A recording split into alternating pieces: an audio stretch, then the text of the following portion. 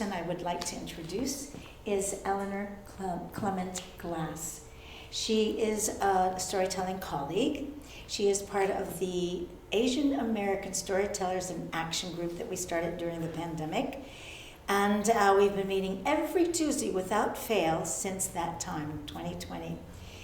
She also is on the board of Stagebridge, and she's also part of the storytelling core at the Asian Art Museum. So, come on up. Eleanor,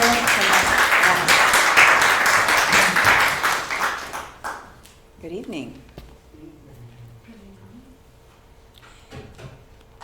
Growing up, I was an Army brat, the daughter of Lieutenant Colonel William J. Clement and Gloria Santiago Clement, my Filipino mother.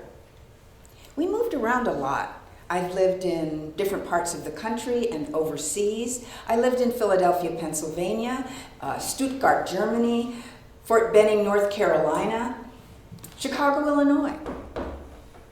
I liked living in different places and exploring them. But in every place, my biggest anxiety was being the new kid, always trying to make friends, trying to fit in. When I was in 7th and 8th grade, I was in Bangkok, Thailand, and went to International School Bangkok. It was a school that was primarily for kids of international diplomats and military families. So there were kids from all different countries, and my friends spanned the globe. My best friends were Yuniko, who was Japanese, Sung-ah, who was Korean, and Penny, who was also from the States. Whenever we moved to a new place, my father's advice would be, remember who you are, just be who you are. And then he always added that he would protect us, especially as girls. Well, ISB was very special, very unique, and we had very interesting experiences. I will never forget this one field trip. I was in 8th grade. They put us on a bus and we drove out to the countryside. And they dropped us off at a snake farm. So Yuniko and Sungha and Penny and I ran in right down to the sign that said King Cobras. We elbowed our way to the front where there was a cement barrier that was about chest high and encircled these king cobras. We saw a mass of poisonous snakes that were just writhing and crawling over one another. And then 2 snakes started coming right at us really quickly. It was so fast, I stepped back. One of them was a black and white striped king cobra that was over 10 feet long. And he lifted up about 3 feet of his body weight. And then he darted at me until he created a cobra hood.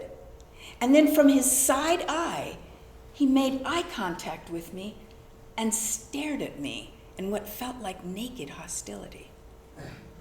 Then I heard a huff and a piss, a huff, and this snake hissed, and it was a brown snake on the top, and he lifted up and opened his mouth so wide that I could see the half-inch fangs. I stared at them and wondered, are they feeling as threatened and fearful as I am? And then there was a banging, big banging on big buckets, and the snake handlers came in for feeding time. They came in dressed in full rubber uniforms with long rubber gloves and high rubber boots. They had long spears that had a metal prong at the end. They would grab a snake from underneath his neck, and as the snake opened his mouth in fury, they would take another stick and from the big meat bucket, stuff a chunk of meat into the snake and then pull that piece of meat partway down their body for them to digest later. Ooh, that was the first time that I saw a pit of dangerous snakes, but it wouldn't be the last time. After 2 years, my dad had a new assignment. It was to Fort Leavenworth, Kansas. We had never lived in the middle of America before, so we were excited. When we got there, we learned that there was not a high school on the base, so I was to go to the high school in town. I was 14 years old, and as I made my way down the hall with those gray metal lockers on either side, all I could see was a sea of black and white faces coming toward me. Very different from ISB. I almost bumped into 4 big white boys. They were jocks, had athletic jackets, and they were blocking my way. One of them looked me up and down.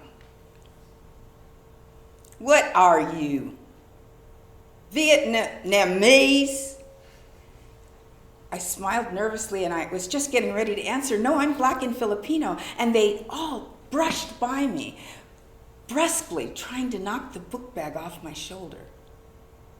I told my dad about my first day at school, and he said, "Well, honey, it is 1964. Maybe the only experience they've had with any Asians is the Vietnam War on TV. Maybe they saw your mother registering you for classes.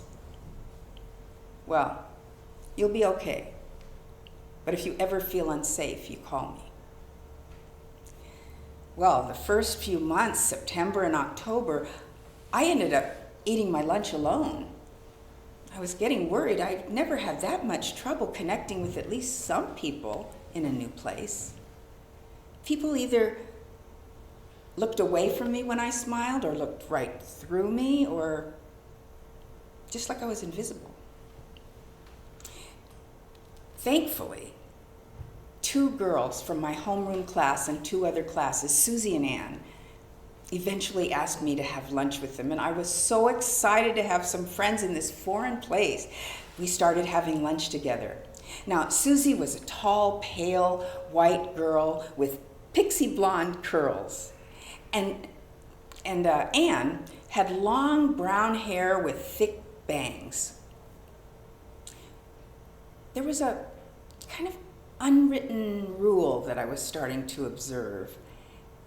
It was very deeply segregated. Blacks were here, whites were here. And I was with my friends, who were 2 white girls. They became my group. I didn't know what that would mean at the time.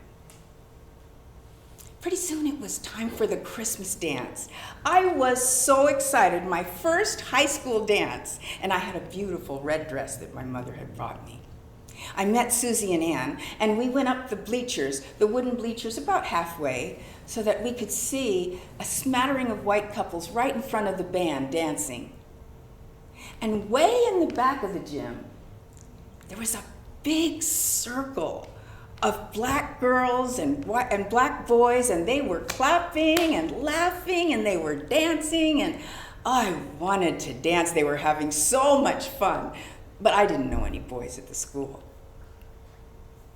And then 2 black boys left the circle, came up the bleachers, and came toward me. The taller one from behind pushed the one in front, gave him a nudge. "Do you want to dance?" I was so excited. I said, "Yes, I would love to." And I started to stand up, and their faces registered surprise. "Oh." They stepped back. She said yes. I know, I heard her. And then they just stepped back, looking at me curiously. A wave of embarrassment and shame washed over me. Were they testing me? Why? And then I saw them drop down the bleachers and go back over to the circle, and then a swarm of black boys went around them. They started talking animatedly, and they were pointing up at me in the bleachers. Some boys were looking at me. I didn't know what was going on. And then a miracle happened. Another boy left the circle and came up the bleachers and asked me, "Hey, would you like to dance?" Well, I was more cautious this time. "Yeah, sure." And he offered his hand so I wouldn't trip going down the bleachers. We went over to the circle and we started dancing. And then another boy asked me to dance. I was giddy with delight. I was dancing every dance. And then was intermission. And I was looking for my friends, Susie and Ann. I looked in the bleachers, but I couldn't see them. And then I realized they had left the bleachers, but they were on the gym floor and they were coming right at me, unsmiling. Susie grabbed my arm. She said, "Come with me right now." Ann flanked my other arm and they pulled me over to the girls' bathroom where Susie pushed me and Ann pulled me into the bathroom. And then Susie whirled on me and growled, "Why are you dancing with those niggers?" I said, "What?" I was shocked. I was furious. I stared right back at her and I said, "Because I am a nigger." Her face and her head just whipped back as if I had struck her. Her eyes widened and her mouth was open, and for a second I thought I saw fear. But then that changed within a flash, and there was blotchy red that started filling her face and climbed up to her pixie blonde roots. Her eyes started to narrow, her nose flared, and her lips curled menacingly. She came so close to me and started shouting venomously until the spittle I could feel on my face. "No, you are not! No, you're not!" And then she looked at Ann for confirmation and she said, "No, she can't be. This can't be." They looked at each other and they started to push me into a corner. I knew I needed to act fast. I didn't know what they were going to do to me, but with all my might, I pushed forward and got them out of the way so I could open up the bathroom door. I started running down the hall to the end of the hall where there was a payphone. When I realized that they weren't chasing me, I leaned against the wall and took big, gulping breaths. And then I called my dad. "Yeah. Yes. I can do that. Okay. I will." And then I went back to that circle, and I danced every single dance. One time I looked over at the gym doors when they swung open, and I could see my dad watching me from the hall. He had come to pick me up. I was so happy. That was the last day I had at that school. My dad had learned that he had a new assignment, and we all piled in the Chevy to go to his new place, the Presidio, in the San Francisco Bay Area. And as we drove across that country, and then we saw those beautiful green hills, and there's the Golden Gate Bridge, I was so relieved because I knew I was not in Kansas anymore. Thank you.